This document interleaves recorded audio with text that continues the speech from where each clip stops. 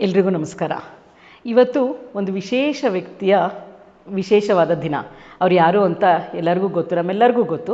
ನಾವು ಪ್ರತಿ ಶಾಲೆಯಲ್ಲಾಗಿರ್ಬೋದು ಅಥವಾ ಸಭೆ ಸಮಾರಂಭಗಳಲ್ಲಾಗಿರ್ಬೋದು ಎದ್ದು ನಿಂತು ಒಂದು ಗೀತೆಗೆ ಗೌರವವನ್ನು ಕೊಡ್ತಾರೆ. ಅದು ಯಾವ್ದು ಹೇಳಿ? ರಾಷ್ಟ್ರಗೀತೆ. ಆ ರಾಷ್ಟ್ರಗೀತೆಯನ್ನು ನಮಗೆ ಕೊಟ್ಟಂತಹ ಮಹಾನ್ ವ್ಯಕ್ತಿ ರವೀಂದ್ರನಾಥ್ ಠಾಗೂರ್ ಅವರು. ಇವತ್ತು ಮೇ 9 ರವೀಂದ್ರನಾಥ್ ಠಾಗೂರ್ ಅವರ ಜನ್ಮದಿನ. ರವೀಂದ್ರನಾಥ್ ಠಾಗೂರ್ ಅವ್ರ ಬಗ್ಗೆ ಕೆಲವು ಸಂಗತಿಗಳನ್ನ ನಾವು ಇವತ್ತು ತಿಳ್ಕೊಳ್ಳೋಣ. ಅವ್ರಿಗೆ ನೊಬೆಲ್ ಪುರಸ್ಕಾರ ಬಂತು, ಅದು ನಮಗೆ ಗೊತ್ತೇ ಇದೆ. ಗೀತಾಂಜಲಿ ಅನ್ನೋ ಅವರ ಒಂದು ಕಾವ್ಯಕ್ಕೆ ಅವ್ರಿಗೆ ಪ್ರಶಸ್ತಿ ಬಂತು. ಅದನ್ನು ಅವರು ಮೊದಲು ಬರೆದಿದ್ದು ಬಂಗಾಳಿ ಭಾಷೆಯಲ್ಲಿ, ನಂತರದಲ್ಲಿ ಅದನ್ನು ಲಂಡನ್ಗೆ ಹೋಗುವಾಗ ಹಡಗಿನಲ್ಲಿ ಅವರು ಅದನ್ನು ಇಂಗ್ಲೀಷ್ನಲ್ಲಿ ತರ್ಜಮೆಯನ್ನು ಮಾಡ್ತಾರೆ, ಅನುವಾದವನ್ನು ಮಾಡ್ತಾರೆ.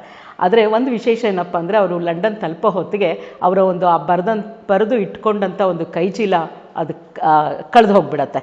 ನಂತರದಲ್ಲಿ ಅದು ಮತ್ತೆ ಸಿಗತ್ತೆ. ಅವ್ರಿಗೆ ಸಿಕ್ಕಿದ್ದು ಒಂದು ಕೂಡ ವಿಶೇಷ. ಅದು ಅಲ್ಲಿ ಸಿಕ್ಕ ನಂತರ ಅಲ್ಲಿಯ ಒಂದು ಪಾಶ್ಚಾತ್ಯ ಕವಿಗಳು ಅದನ್ನು ಓದಿ ಅದ್ರ ಬಗ್ಗೆ ಚರ್ಚೆಯನ್ನು ಮಾಡಿ ಅವರೆಲ್ಲರಿಗೂ ಎಷ್ಟು ಅದು ಇಷ್ಟ ಆಗತ್ತೆ ಅಂತ ಹೇಳಿದ್ರೆ ಅವ್ರ ಬಗ್ಗೆ ಎಲ್ಲರೂ ಮಾತಾಡಲಿಕ್ಕೆ ಶುರು ಮಾಡ್ತಾರೆ. ಅವರ ಬಗ್ಗೆ, ರವೀಂದ್ರನಾಥ್ ಠಾಗೂರ್ ಅವರ ಬಗ್ಗೆ, ರವೀಂದ್ರನಾಥ್ ಬರೆದಂಥ ಕವಿತೆಗಳ ಬಗ್ಗೆ ಅವರು ಮಾತುಗಳನ್ನ ಶುರು ಮಾಡ್ತಾರೆ. ಅವ್ರಿಗೆ ಈ ರೀತಿಯಾಗಿ ಅವ್ರಿಗೆ ನೊಬೆಲ್ ಪ್ರಶಸ್ತಿ ಕೂಡ ಲಭಿಸುತ್ತೆ.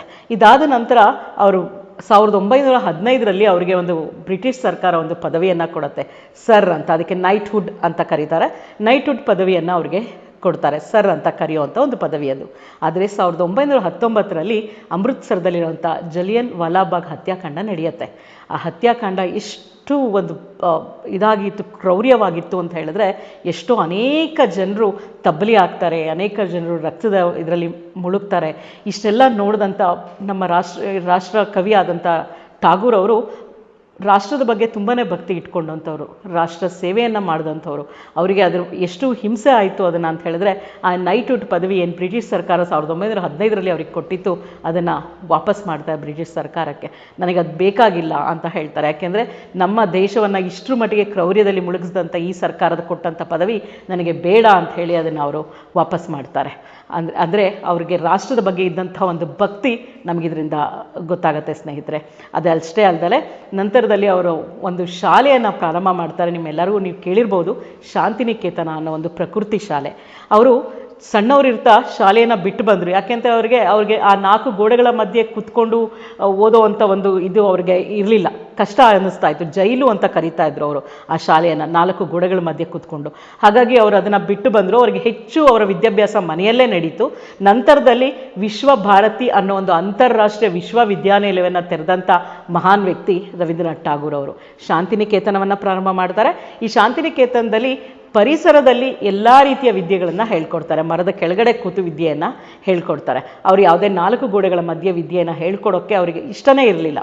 ಹಾಗಾಗಿ ಪ್ರಕೃತಿ ಒಟ್ಟಿಗೆ ಮಕ್ಕಳು ಬೆಳಿಬೇಕು, ಎಲ್ಲವ ವಿದ್ಯಾಭ್ಯಾಸ ಅವರಿಗೆ ಪ್ರಕೃತಿಯಲ್ಲಿ ಕಲಿಬೇಕು ಅನ್ನೋದನ್ನು ರವೀಂದ್ರನಾಥ್ ಠಾಗೂರ್ ಅವರು ಅಲ್ಲಿ ನಿರೂಪಿಸ್ತಾರೆ.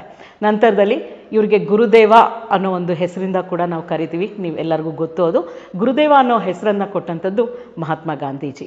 ಮಹಾತ್ಮ ಗಾಂಧೀಜಿಗೆ ಮಹಾತ್ಮ ಅನ್ನೋ ಹೆಸರನ್ನು ಕೊಟ್ಟಂಥವ್ರು ರವೀಂದ್ರನಾಥ್ ಠಾಗೂರ್ ಅವರು. ಅವರಿಬ್ಬರ ನಡುವೆ ಸ್ನೇಹ ಭಾವ ತುಂಬಾ ಇತ್ತು.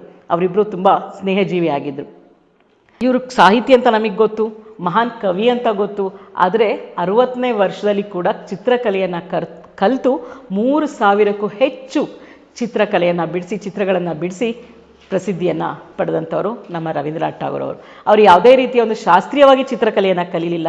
ಆದರೆ 60ನೇ ವರ್ಷದಲ್ಲಿ ಕಲಿತು ಚಿತ್ರಕಲೆ ಅವರು 3000ಕ್ಕೂ ಹೆಚ್ಚು ಚಿತ್ರವನ್ನು ಅವರು ಬಿಡಿಸಿದ್ರು. ಅಲ್ಲದೆ ಇವರು 8ನೇ ವರ್ಷದಲ್ಲಿ ಪದ್ಯಗಳನ್ನು ಬರೀಲಿಕ್ಕೆ ಶುರು ಮಾಡ್ತಾರೆ. ಇವರು ಬರೆದಂಥ ಪದ್ಯ ಎಷ್ಟೋ ಕವಿಗಳಿಗೆ ಇವ್ರದ್ದು ಅಂತ ಗೊತ್ತೇ ಇರಲಿಲ್ಲ. ಅವರೊಂದು ಗುಪ್ತನಾಮದಿಂದ ಆ ಒಂದು ಪದ್ಯವನ್ನು ಬರೀತಾರೆ. ನಂತರದಲ್ಲಿ ಓದಂಥ ಅನೇಕ ಕವಿಗಳು ಇದನ್ನು ಯಾರೋ ಮಹಾನ್ ಕವಿ, ಹಳೆಯ ಕವಿ, ಪುರಾತನ ಕವಿ ಬರೆದಂಥದ್ದು ಅಂತ ಅಂದ್ಕೊಂಡಿರ್ತಾರೆ. ನಂತರದಲ್ಲಿ ಗೊತ್ತಾಗತ್ತೆ ಇದನ್ನು ಬರೆದಂಥದ್ದು ರವೀಂದ್ರನಾಥ್ ಠಾಗೂರ್ ಅವರೇ ಅಂತ. ಅಂದರೆ ಅಷ್ಟು ಒಂದು ಸ್ಟ್ಯಾಂಡರ್ಡ್ ಆಗಿ ಅವ್ರ ಕವಿತೆಗಳನ್ನ 8ನೇ ವರ್ಷದಲ್ಲೇ ಬರಿತಾ ಇದ್ರು. ಇವ್ರಿಗೆ ಅದೊಂದು ಅವರಿಗೆ ಬಂದಂಥ ರಕ್ತಗತವಾಗಿ ಬಂದಂಥ ಕಲೆ, ಸಾಹಿತ್ಯ ಆಗಿರ್ಬೋದು ಅಥವಾ ಕವಿತೆಗಳನ್ನು ಬರೆಯುವಂಥದ್ದಾಗಿರ್ಬೋದು ಅವರಿಗೆ ಬಂದಂಥದ್ದು. ಸೊ ಇಂಥ ಮಹಾನ್ ವ್ಯಕ್ತಿ ನಮ್ಮ ಭಾರತೀಯ ಅಂತ ಹೇಳ್ಕೊಳ್ಳಿಕ್ಕೆ ನಮ್ಮೆಲ್ಲರಿಗೂ ಹೆಮ್ಮೆ. ಅವರಲ್ಲಿದ್ದಂಥ ಒಂದು ರಾಷ್ಟ್ರಭಕ್ತಿ ನಮ್ಮೆಲ್ಲರಲ್ಲಿ ಒಂದು ಅಂಶನಾದರೂ ಅವರ ಒಂದು ರಾಷ್ಟ್ರಭಕ್ತಿ ನಮ್ಮಲ್ಲಿ ಬರಬೇಕು ಅಂತ ನಾನು ಕೇಳ್ಕೊಳ್ತೇನೆ. ಜೈ ಹಿಂದ್.